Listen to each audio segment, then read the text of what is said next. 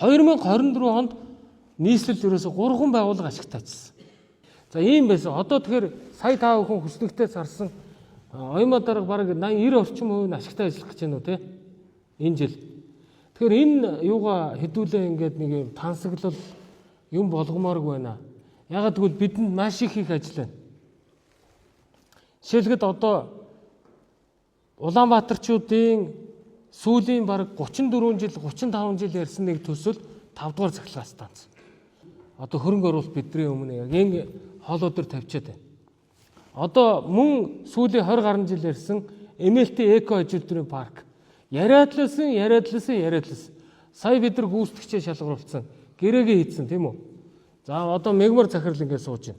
MLT-д бид нар эргэжил 24 мегаваттын дулааны цахилгаан станцыг бид нар эхлүүлж 36 сарын дотор ашиглалтанд оруулахар төлөвлөж байгаа. Хүннүүгээд бидэрт энэ шинэ хот цэвэрлэх байгууламж, газрын гүний дулаан, бусад одоо зам харгуу гэдэг их ажлууд байж идэг. Дандаа ийм хоолой тулсан ажлууд байгаа учраас нэгдсэн бодлоготой нийслэлийн хөгжлийн бодлого төлөвлөлтийн дагуу хэдүүлээ тодорхой ажлуудыг хиймээр байна. Ирэх жилүүдэд бидэрт гарахгүй хэдэн сайн мөнгө гарахгүй зардлууд гарахгүй юм салбарууд байна. Жишээлбэл нийслэлийн нийтийн тээврийн салбарт бид нар нэгч төгрөг гаргахгүй.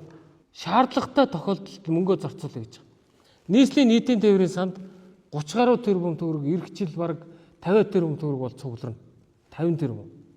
Гэтэл бид нар бүх автобусаа шинчилсэн. Тэгэхээр бид нар энэ мөнгийг жишээлбэл Таранбай төслийн Equity Finance гаргая гэдэг ч юм уу ийм одоо дэвшилтэд юм явж байна. Хот нийтийн аж ахуйн сая зардлыг сонссон. Бид нар сантай болсон. Энэ жил 1 тэрбум төгрөг цугларсан явж байна. Ирэх жил 2-3 тэрбум төгрөг цугларна. Хогны машин шинээр авахаар бол сангасаа авна, сандаа буцаагаад төрөөсөө орлогоо төвлөрүүлнэ. Ийм маягаар хэдүүлээ явахаар зүйлүүд байна.